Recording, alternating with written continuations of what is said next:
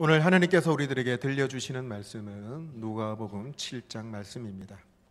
누가복음 7장 36절에서 50절 말씀입니다. 신약성경 102면에 있습니다. 누가복음 7장 36절에서 50절 말씀. 이 말씀을 봉독할 때 살아계신 하나님의 음성을 다 함께 들으실 수 있기를 바랍니다.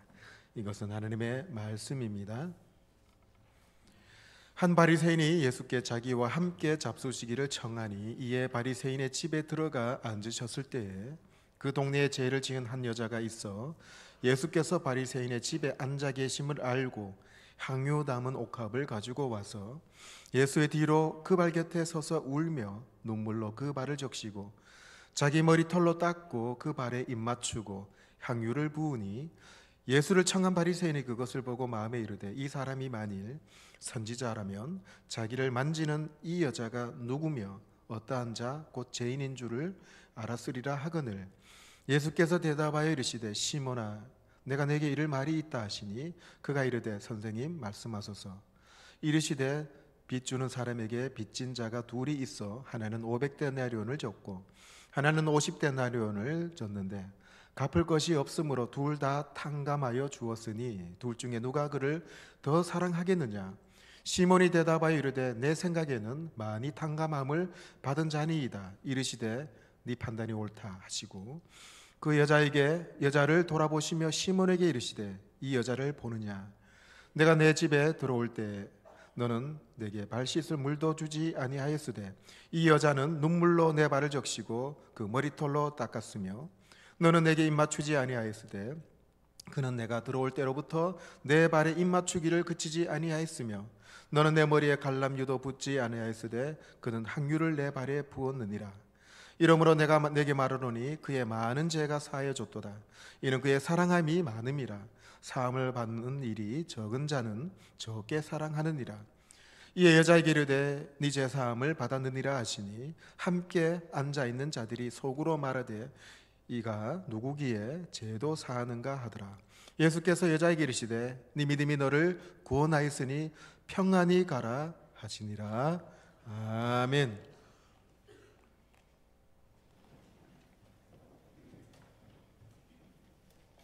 둘째 주 주일을 맞이하여 주님 전에 저희들 왔습니다. 오늘 예배드림을 통해서 우리의 상심한 영혼, 찢어진 영혼, 낙심한 영혼을 주님께서 매만져 주시고 치유해 주시고 회복시켜 주시옵소서. 오늘 예배드림을 통해서 하나님의 평안과 하나님의 긍휼하심과 자비하심을 맛보는 시간 되게 하여 주시옵소서. 부족한 자가 말씀을 전하지만은 성령님께서 그 부족한 것을 막아주시고 그리하여 우리 모두가 하나님의 말씀을 하나님의 말씀으로 아멘 아멘 하며 그리하여 말씀 속에 임재하실 주님을 통해서 온전한 주님의 사람으로 예배자로 세워 주시옵소서. 이 시간도 하나님께서 함께하여 주실 것을 믿고 우리 주 예수님의 이름으로 기도하옵나이다. 아멘. 1995년 10월에 미국의 메모리얼 병원에서 쌍둥이 여자아이들 2명이 탄생합니다. 이들은 예정보다 석 달이나 먼저 태어난 조산된 아이들이었죠. 1kg도 안 되는 이 두 아이가 각각 인큐베이터 안에 들어갔습니다. 그런데 불행하게도 한 아이는 심각한 심장에 결함이 있어서 곧 죽을 위기에 있었죠. 의사들이 아무리 손을 써봐도 살아날 것 같지 않아서 포기를 하고 말았습니다. 이를 안타깝게 돌보던 19년 차 간호사 게일이라는 간호사가 있는데 그 죽어가는 아이를 보면서 마음을 굉장히 안타까워했죠. 그 아기를 건강한 다른 쌍둥이 아기가 있는 인큐베이터 안에 그 아이를 넣었습니다. 아기들을 따로 떼어 둘 것이 아니라 둘이 함께 있는 것이 좋을 것 같아서 그렇게 했던 것이죠. 원래는 병원 방침에 한 인큐베이터 안에 한 아이만 들어가게 됩니다. 담당 의사는 고민을 했지만 엄마에게 동의를 얻고 엄마 자궁에서처럼 두 아이를 한 인큐베이터 안에 나란히 눕혀보기로 허락한 것이죠. 그리하여 이 쌍둥이는 보는 사진처럼 한 인큐베이터 안에 눕게 되는데요, 이때부터 놀라운 기적이 일어납니다. 건강한 아기가 스스로 팔을 뻗어서 아픈 아기를 감싸 안는 것이 아니겠습니까? 거의 죽어가는 아기의 심장이 이때부터 안정을 찾기 시작합니다. 혈압도 정상으로 돌아왔고 체온도 제자리로 돌아왔습니다. 아기의 심장, 혈압, 체온 모두가 정상으로 돌아왔죠. 간호사가 의료기기가 혹시 오작동을 이루지 않았나라고 생각을 했었는데 그게 아니라 기적이 일어난 것입니다. 마치 아픈 동생에게 어깨를 다독거리면서 조금 힘내, 좀 더 힘내라, 그런 얘기를 하는 것 같습니다. 결국 쌍둥이 이 신생아들은 완전히 정상 회복되어서 이렇게 예쁘게 지금 잘 자라가고 있답니다. 혼자라고 생각했는데 옆에 어깨를 톡톡 쳐주는 사랑의 터치가 있으니까 놀라운 기적이 일어난 것이죠. 저희 선친께서는요, 전형적인 유교의 아버지셨습니다.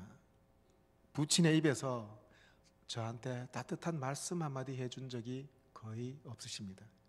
항상 근엄하시고 약주를 드신 날 외에는 웃는 얼굴을 한 번도 기억이 떠올리지 못합니다. 매도 많이 맞고 자랐습니다. 선친과 형식적이고 사무적인 대화는 많이 했어도 소소한 작은 사적인 대화 거의 한 적이 없습니다. 그래서 저는 저희 부친과 닮은 분들을 보면 괜히 주눅이 들죠. 그런데 언젠가 저희 부친께서 제가 자고 있는데 옆에 가만히 저 옆에 누우시는 거예요.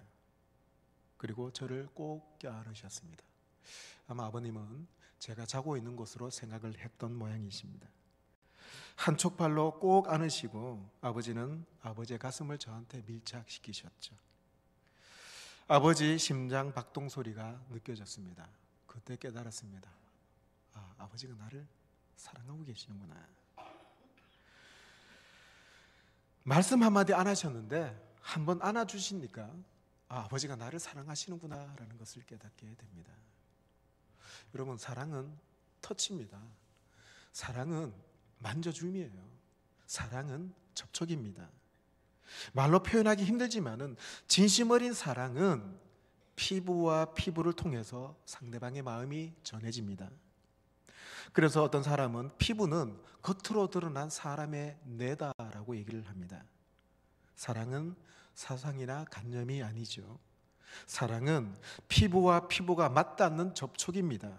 접촉을 통해서 사랑을 가장 잘 표현할 수가 있죠. 그래서 저는 가능한 한 환자 신방을 갈 때 성경 한 구절 말씀 읽어드리고 기도해 드립니다. 그리고 손을 꼭 잡고 그리고는 그 병원을 나서죠. 어쩌면 성경 한 구절 읽어주는 것보다 기도해 드리는 것보다 손 한번 잡아주는 것이 그분에게는 더 힘이 될 수 있기 때문입니다. 사랑이 접촉이라면 접촉의 대가 한 분 계십니다. 예수 그리스도십니다. 예수님의 가장 큰 사랑 표현법은 접촉입니다. 어린아이를 품에 일일이 안아주시고 손에 머리에 손을 얹으셔서 안수기도를 일일이 다 해주셨죠. 익사 직전에 있는 베드로에게 손을 내밀어서 살려주셨고 제자들의 더러운 발을 일일이 터치하시면서 씻어주셨습니다. 여기에 그치지 않으셨어요. 우리 주님께서는 고름이 나고 진물이 흐르는 각색 환자들, 심지어 모든 사람이 기피하는 나병 환자들의 그 더러운 함부를 손으로 만져주셔서 치료해 주십니다. 공강복음서를 보면 치유 현장 곳곳에 예수님께서 치료해 주시는데 만져주셨다, 여러 군데 볼 수 있습니다. 예수님께서는 한결같이 손을 대시고 손을 얹으사 손을 대시고 라는 구절이 수없이 등장합니다. 마가복음 1장 41절에 보면 불쌍한 나병 환자에게 손을 내밀어 그에게 대시면서 치료해 주셨습니다. 마태복음 8장 3절에도 역시 나병 환자에게 손을 내밀어 만져주시면서 치료해 주셨죠. 특히 마가복음 7장 33절에 보면 예수님은 더러운 환자에게 이렇게 치료해 주십니다. 예수님께서 그 사람을 따로 데리고 무리를 떠나사 손가락을 그의 양귀에 놓고 침을 뱉어 그의 혀에 손을 대시며, 그러니까 그 환자에게 양귀에 손가락을 넣으시고 혀를 내밀게 하셔서 그 혀를 만지시면서 치료해 주셨죠. 그뿐만 아닙니다. 죽은 자에게도 예수님은 접촉을 하셨어요. 누가복음 7장에 보면 나인성의 한 가부가 아들을 잃어버렸습니다. 장례 갑니다. 그런데 예수님은 그 장례 행렬을 멈추게 하셨고 그 죽은 가부의 아들을 살려주셨죠. 그런데 굳이 예수님은 다가가셔갖고 그 청년이 시신이 담겨져 있는 간에 손을 대시면서 기도를 해 주십니다. 누가복음 8장에 보면 예수님은 한 죽은 여아의 시체를 만지시면서 달리다고 말씀하셨습니다. 특히 저는 누가복음 4장 40절을 볼 때마다 주님의 접촉이라는 사랑 표현이 얼마나 대단한지 알 수가 있어요. 거기 보면 이렇게 기록되어 있습니다. 해질 무렵에 사람들이 온갖 병자들을 데리고 나오매 예수께서 일일이 그 위에 손을 얹으사 고치시니. 해질 무렵이에요. 예수님께서 새벽부터 얼마나 많은 사역을 하셨겠습니까? 피곤할 때입니다. 그런데 많은 사람들이 각색 병자를 다 예수님 앞에 데리고 왔습니다. 근데 예수님께서는 그렇게도 피곤하신데 각색 병자들을 싫다고 마다하지 아니하시고 일일이 손을 얹어서 안수기도 해주시고 치료해 주셨습니다. 주님의 능력이라면 여러분 말씀 한마디로 치료해 줄 수 있잖아요. 다 나아질지어다 이렇게 말씀하시면 다 치료될 텐데 굳이 주님은 한 명 한 명 그 아픈 한 분을 만져주시고 치료해 주셨습니다. 그런데 오늘 본문 보면은 상황이 달라요. 예수님께서 먼저 접촉을 베푸신 게 아니라 이 여인이 먼저 예수님 몸에 접촉을 합니다. 그런데 이 여인이 갈릴리 동네에 품행이 아주 천한 여인이라고 소개합니다. 7장 37절에 그녀를 이렇게 소개하죠. 그 동네에 죄를 지은 한 여자가 있어 예수께서 바리새인의 집에 앉아 계심을 알고 향유 담은 옥합을 가지고 와서 기록되어 있습니다. 여기서 죄를 지은 한 여자란 어떤 여자를 얘기하냐면 몸을 파는 창녀입니다. 이 여인이 예수님께서 바리새인 시몬의 집에 식사하신다는 소문을 들었어요. 그래서 한 걸음에 시몬의 집으로 달려왔습니다. 그리고는 평생 모아야 할 향유를 옥합에 담아서 가지고 왔습니다. 이 여인은 마치 뭔가에 홀리기라도 하듯이 주님 앞에 섰죠. 체면도 사람들의 시선도 아랑곳하지 않았습니다. 시몬의 집안에 갑작스럽게 들어선 이 여인, 예수님 앞에 잠시 서성이더니 주님 뒤로 가 섰습니다. 그리고 뜬금없이 흐느껴 울기 시작했죠. 여인의 눈물이 주님 발 위로 떨어졌습니다. 주님 발은 씻지 않았기 때문에 먼지가 많이 묻어 있죠. 이 여인의 눈물이 예수님 발등에 떨어지니까 먼지가 몽글몽글 뭉쳐졌던 것이죠. 38절을 보면은 이렇게 표현되어 있습니다. 예수의 뒤로 그 발 곁에 서서 울며 눈물로 그 발을 적시고 자기 머리털로 닦고 그 발에 입 맞추고 향유를 부으니 기록되어 있습니다. 그러니까 이 여인이 자기의 눈물로 주님의 발을 씻겨드렸습니다. 눈물 젖은 주님의 발을 그녀의 머리카락으로 닦아내었습니다. 그리고는 주님 발에 입을 맞추고 향유를 주님 발에 부었습니다.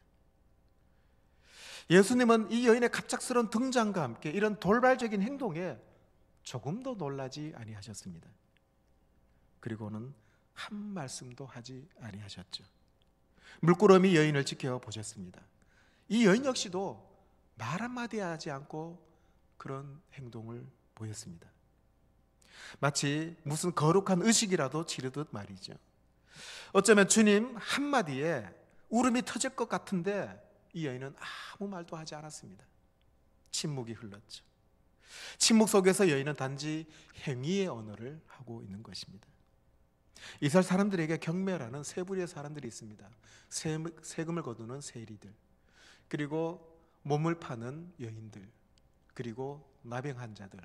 이 세 부류는 이스라엘 사람들에게 경멸의 대상이 됩니다. 특히 이 중에 도덕적이고 윤리적인 지탄을 가장 많이 받는 사람이 바로 몸을 파는 여인이죠. 이 여인은 수많은 사람들의 무시와 천대와 상처를 받았을 터이고, 그들이 던진 경멸의 말에 그는 참 마음이 상심이 컸을 것입니다. 추측컨대요, 이 여인 곁에는 아무도 없을 것입니다. 그녀 역시 마음의 문을 굳게 걸어 잠그고 살았을 것입니다. 감옥이 아닌 감옥 생활을 했을 것입니다. 세상이 그녀를 막 취급했는데 그녀 역시 세상이 취급한 대로 사람들을 혐오하며 살아갔을 것이죠. 분명히 이 여인은 예수님이 어떤 분인지 알고 있었을 것입니다. 환자들의 더러운 함부를 만져주시고 더럽다 하지 아니하시고 일일이 터치해 주시면서 치료해 주시는 주님, 죽은 시체까지 만져주시면서 살려주신 예수님을 보았던 것입니다. 그녀는 예수님만이 자신의 진심을 알아줄 줄로 알고 왔습니다. 여인은 예수님의 발에 떨어지는 눈물을 자기 머리카락으로 정성껏 닦아드렸습니다. 그것은 참으로 순결하고 아름다운 몸짓이었죠. 그런데요, 이 이야기가 성경 속의 얘기고 예수님 얘기니까 아름답게 보이는 것이지, 실제로 말이에요, 우리 실생활 속에서 이런 일이 펼쳐졌다고 해보십시다. 정말 황당하고 요상스러운 일이 아니겠습니까? 어떻게 보면 매우 간능적이고 음탕한 짓으로 보이죠. 주위 사람들이 민망한 눈길을 보내고 있다는 것을 주님께서 모를 리가 없으셨습니다.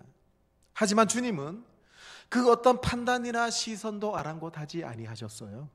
오직 주님에게 중요한 것은 그동안 멸시와 천대와 세상에서 상처 입은 한 여인이 회복되고 치유되는 것에 관심을 갖고 계셨습니다. 예수님은 눈물로 자신의 발을 적시는 상처 많은 여인의 삶 전체를 사랑으로 품어주시고 안아주셨던 것이죠. 여러분, 설교를 준비하다가 제가 만약에 성경 속에 예수님이라면 어떻게 했을까 궁금했습니다. 저기 부산 쪽박촌에 살고 있는 이 남자 저 남자 품의 악녀인, 이름도 얼굴도 다 팔려버린 여인이 저에게 이런 해괴망측한 일을 벌였다고 한번 상상을 해보았습니다. 성도님들과 함께 신방 예배 드리는데 갑자기 그런 죄 많은 여인이 들어와서 머리를 풀어제치고 눈물 흘리면서 제 발을 머리카락으로 닦아냅니다. 눈물을 흘립니다. 여러분, 이 모습을 여러분이 보신다면 어떤 생각하십니까? 김 목사가 술집에 들어가 보다 저 아가씨와 어떤 관계지? 어떻게 저런 여자하고 놀아날 수 있을까? 그런 눈초리로 보지 않겠습니까? 제가 아무리 아니라고 변명해도 제 진심을 이해해 줄 분이 몇 분이나 계실지 궁금합니다. 그런데 참으로 이상한 것은요, 오늘 본문을 읽어본 여러분들은 아실 것입니다. 이 여인의 행동이 전혀 가식적이거나 간능적이거나 외설적이지 않다라는 사실이죠. 여기서 궁금한 것이 하나 있는데요, 왜 이 여인이 아무런 예고 없이 예수님에게 찾아와서 이런 행동을 했을까요? 아까 말씀드렸듯이 이 여인은 예수님의 사랑을 받습니다. 그 사랑이 접촉이란 것을 봐왔던 것이죠. 세상 그 누구에게서도 찾아볼 수 없는 고귀하고 순결한 사랑, 그 접촉을 보아왔습니다. 그녀는 어느 누구도 정죄하거나 판단하지 아니하시는 예수님의 사랑을 보았습니다. 세리와 죄인들조차도 친구로 삼아주시고 가늠한 여인에게도 용서를 베풀어 주시고 더구나 환자들의 더러운 함부를 손으로 일일이 터치해 주시고 만져주신, 그리고 치료해 주신 그 사랑을 보아왔기 때문이죠. 아마 이 여인은 예수님의 그 만져주심의 사랑, 그걸 받고 그래서 주님의 몸을 만지기로 작정을 했던 것이죠. 남을 정죄한다라는 말의 헬라어로 크리노라고 합니다. 크리노는 과거에 했던 일들을 보고 판단하는 것을 의미합니다. 그러니까 남을 정죄한다는 것이 이런 의미입니다. 전에 너 나쁜 짓 했지? 그거 보면서 그 사람 현재와 미래까지 모든 것을 판단한다는 것이죠. 그런데 살아있는 모든 것은 변합니다. 사람들의 성격도 생활 습관도 바뀌게 되죠. 우리는 사람을 과거 한때 행했던 그것에 따라서 그 사람을 판단하는 경우가 참 많습니다. 누군가를 정죄한다는 것은 그가 변할 가능성이 있는 사람으로 인정하지 않는다는 거예요. 한때 잘못된 그것을 보고 그 사람의 모든 것을 판단해 버립니다. 그런데요, 예수님은 사람을 보실 때마다, 판단할 때마다 과거의 행위를 보고 판단하지 아니하셨습니다. 미래의 가능성을 보고 판단하시죠. 그리고 그가 그 미래의 모습을 성취해 가도록 그 사람을 보십니다. 하나님의 아들이신 예수님은 이 여인의 삶이 어떤 삶을 살아왔는가 왜 모르셨겠습니까? 그러나 예수님은 그 여인이 편안하게 자기에게 다가오게 하셨습니다. 굳게 닫힌 여인의 마음을 열도록 하셨다는 거예요. 그러니까 예수님은 그녀가 다가와서 스스로 당신의 몸에 접촉하도록 허용을 하셨다는 것이죠. 접촉을 통해서 순결한 사랑을 표현하도록 허용하셨고, 있는 그대로 그녀를 받아들이고 존중해 주었습니다. 그렇다면 여기서요, 집 주인이었던 바리새인 시몬은 어떤 사람일까 살펴봐야 합니다. 시몬은 갑작스럽게 방문한 여인이 어떤 여인인지 그도 잘 알고 있었습니다. 평소 때라면 행실이 천한 여자라고, 그런 사람이라고 취급했을 터인데, 당장 여기가 어느 안전이라고 소리치면서 내 집에서 나가라고 소리를 쳤을 텐데 시몬도 침묵합니다. 그리고 여인의 행동을 가만히 다 쳐다봤습니다. 왜 그랬을까요? 시몬은 이 여인의 그 행동을 통해서 예수님을 시험할 수 있는 조례의 기회였으니까요. 만약에 예수님이 선지자라면 이 여자가 누군지, 그리고 주님께 본 향유가 이 남자 저 남자에게 몸을 팔고 받은 화대로 구입한 향유인지 선지자라면 알 것이다 생각을 했습니다. 본문 39절에 이렇게 기록되어 있죠. 예수를 청한 바리새인이 그것을 보고 마음에 이르되, 이 사람이 만일 선지자라면 자기를 만지는 이 여자가 누구며 어떠한 자 곧 죄인인 줄을 알았으리라 하거늘. 시몬은 속으로 생각하기를, 예수님이 만일 선지자라면 그런 행동을 하는 이 여자가, 예수님을 만지는 여자가 누구인지 아실 것이다. 이 여인이 누군지 모르고 여인의 행동을 용납하면 그거는 선지자가 아니다라고 판단을 했던 것이죠. 이 시몬에게는 여인의 고통과 삶에 대한 갈망에는 관심이 없습니다. 그는 남을 헤아리고 정죄하고 판단하는 일에 매우 약삭빠른 사람이었죠. 한 여인의 눈에 쏟아져 내리는 뜨거운 눈물이 시몬에게는 아무런 감동이 없습니다. 그저 한 비천한 여자가 가식적인 행동으로 봤던 것이죠. 성도 여러분, 여러분은 과연 누구를 닮으셨어요? 여인을 품어주시는 주님을 닮으셨어요? 아니면 과거의 모습만 보고 정죄하고 판단하는 이 바리새인 시몬의 모습을 닮아가고 계십니까? 예수님의 몸과 여인의 몸이 서로 부대끼며 접촉이 일어났습니다. 그런데요, 단순한 피부의 접촉이 아닙니다. 수만 볼트의 전선처럼 사랑의 교감이 이루어집니다. 예수님에게로부터 여인에게는 한량없는 용서와 치유와 회복의 전류가 흐르고, 여인에게서부터 예수님에게로는 회개와 감사와 찬양과 기쁨의 전류가 흐르고 있습니다.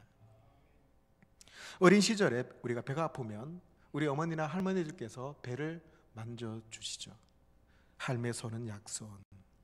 그러면 거짓말처럼 통증이 사라집니다. 성도 여러분, 우리는 누군가의 만져줌을 통해 살아갈 수 있는 존재들입니다. 예수님과의 접촉, 그것은 곧 그분과의 사랑을 얘기합니다. 그 접촉이 우리를 온전하게 하죠. 베드로가 얘기합니다. 주님, 내 발은 절대로 씻을 수 없습니다라고 했을 때 예수님께서 뭐라고 말씀하셨어요? 내가 너를 씻기지 않으면 너와 나는 상관이 없다. 내가 너를 씻겨야, 내가 너를 만져야, 내가 너와 접촉해야 너는 내 사랑을 받게 될 것이다. 그렇다면 믿음을 이렇게 정의할 수 있지 않을까요? 믿음이란 손을 내밀어서 주님과 접촉하는 것.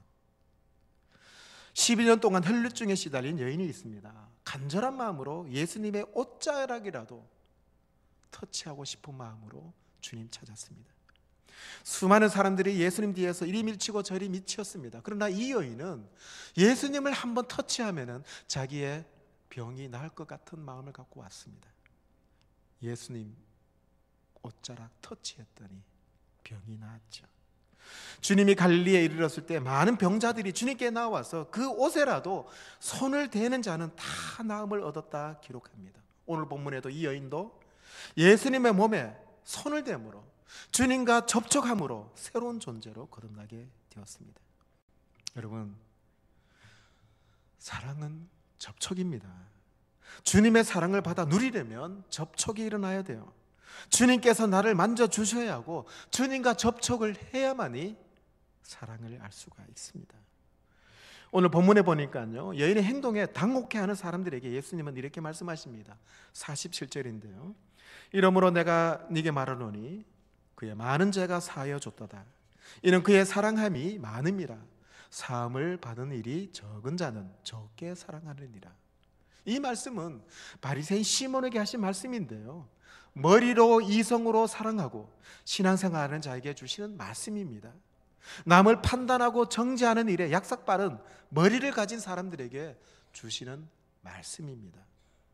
이 말씀 후에 예수님은 여인을 향해서 말씀합니다. 네 죄 사함을 받았느니라. 너의 믿음이 너를 구원하였느니라. 평안히 가라 말씀하십니다. 비록 행실이 천한 여인이었지만 접촉을 통해서 예수님으로부터 전해지는 한량없는 사랑에 여인은 참된 자유인이 되었었죠. 여러분, 우리는 예수님과 접촉을 해야 되는 존재들입니다. 그렇다면 여러분, 어떻게 영이신 주님과 접촉을 하게 될 수 있을까요? 오늘 이 시간 접촉하십시오.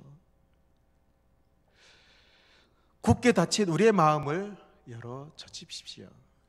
물질 걱정, 자녀 걱정, 건강 걱정, 이것 때문에 닫혀진 마음을 오늘 예배드림을 통해서 주님께로 마음을 오픈하십시오. 직장 염려, 인간관계 문제, 장래 문제 다 내려놓고 주님, 이 시간 내 아픈 함부를 만져주십시오. 기대하시기 바랍니다. 신령과 진정으로 예배하는 자에게 하나님께서는 만져주실 것입니다. 그리고 이번 한 주간 여러분, 기도의 자리에 꼭 나오십시오. 새벽 제단 쌓으시고 수요 기도의 자리에 오시고 심야 기도에, 금요 기도에 오셔서 예배 드림을 통해서 기도와 찬양을 통해서 내 아픈 한 그 영혼을 주님께서 만져주시는 주님의 터치를 경험하시기 바랍니다. 또 하나 잊지 말아야 될 것이 있어요. 우리가 살고 있는 마을에 오늘 본문에 등장하는 여인이 많이 살고 있습니다. 영적으로 목말라하고 지쳐가는 영혼들이 있습니다. 그동안 모아놓은 향유 옥합을 어디에 써야 될지 모르는 영혼들이 많이 있습니다. 우리는 그들이 예수님과 접촉하도록 도와주어야 합니다. 인생의 짐을 위태롭게 짊어가고 있는 사람들이 주님께 그 짐을 맡겨드릴 수 있도록 도와줘야 합니다. 주님과 불신자와의 사랑의 접촉이 이루어지도록 중간 역할을 우리가 감당해야 합니다. 사랑은 머리가 아닙니다. 관념이 아니고 사상이 아니고 교리가 아닙니다. 손으로 만져주고 몸으로 접촉하는 것으로부터 시작이 돼요. 주님의 사랑으로 그들과 접촉하는 것입니다. 여러분, 만나는 사람에게 진심 어린 사랑이 담긴 마음으로 그들과 악수해 보십시오. 건성으로 악수하지 마시고 좀 힘을 실어서 악수를 해 보시기 바랍니다. 좀 친물이 있으면 어깨를 다독거려 주십시오. 한번 안아 주십시오. 따뜻한 말씀 한마디 전해 주시기 바랍니다. 그 사소한 작은 접촉, 그 만져줌, 그것이 생명을 살리는 길입니다. 주님께서 당신을 사랑한다고 굳이 말하지 않더라도 터치를 통해서 생명이 싹트게 되는 것이죠. 독일에 고백교회라는 것이 있습니다. 근데 이 독일의 고백교회를 창설한 분이 니밀러라는 목사님인데요, 이 니밀러 목사님은 히틀러 정권 당시에 성직자들을 결성했고 또한 조직적으로 나치 정권을 저항했던 사람입니다. 무고한 유태인들이 학살당하는 것을 온몸으로 항거하다가 체포를 당해서 8년 동안이나 옥살이를 한 목사님이지요. 전쟁이 거의 끝나갈 무렵에 연합군에 의해서 가까스로 구출되었습니다. 전쟁이 끝난 뒤에 그는 전쟁 책임 고백서라는 한 권의 책을 썼는데요, 이 책에서 이 목사님은 이렇게 얘기합니다. 전쟁의 책임은 히틀러에게만 있는 것이 아니라 목사인 나에게도 있습니다. 이 니밀러 목사님이 8년 동안 옥고를 치렀는데 옥중 생활하면서 똑같은 꿈을 무려 7번이나 꾸었습니다. 꿈속에서 수많은 사람들이 하나님의 심판대 앞에 줄을 서서 차례를 기다리고 있는데 저 앞에 진도가 나가지 않아요. 어떤 사람이 주님 앞에 변명을 길게 늘어놓습니다. 자기의 죄를 고백하지도 않고 회개하지 않는 채 자꾸만 변명을 늘어놓습니다. 심판대 앞에서 그 사람이 주님께 이렇게 얘기합니다. 주님, 아무도 나에게 관심을 가져주지 않았습니다. 어느 하나 나에게 복음을 전해주지 않았습니다. 주님의 사랑으로 따뜻한 손을 내밀어 준 적이 한 번도 없습니다. 그래서 나는 당신을 믿을 수가 없었어요. 억울하지 않습니까? 이렇게 주님께 억울함을 토로합니다. 이 니밀러 목사님이 이 사람의 누군가 가까이 다가봤습니다. 목소리도 너무 귀에 익은 음성이었죠. 그 목소리 주인공이 누군지 궁금해서 얼굴을 쳐다보니 니밀러 목사님은 소소라치게 놀라지 않을 수가 없었습니다. 바로 그 사람은 아돌프 히틀러였습니다. 같은 꿈을 마지막으로 7번째 꾸던 날 하느님께서 음성으로 니밀러 목사에게 이렇게 말씀해 줍니다. 니밀러야, 너는 목사로서 히틀러를 미워하며 항거했을 뿐 한 번이라도 그를 위해서 너는 진심으로 기도해 봤니?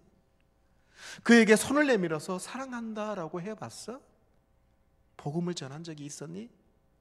네가 히틀러에게 내 사랑을 한마디라도 전했더라면 그가 무선 폭군이 되어 전쟁을 일으키지 않았을 것이 아니겠느냐 말씀해 주십니다.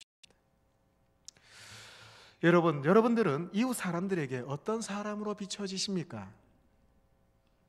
어떤 사람이라도 마다하지 않고 사랑에 접촉을 하시는 예수님과 같은 분이십니까? 아니면 바리새인 시몬처럼 판단하고 정죄하는 사람이십니까?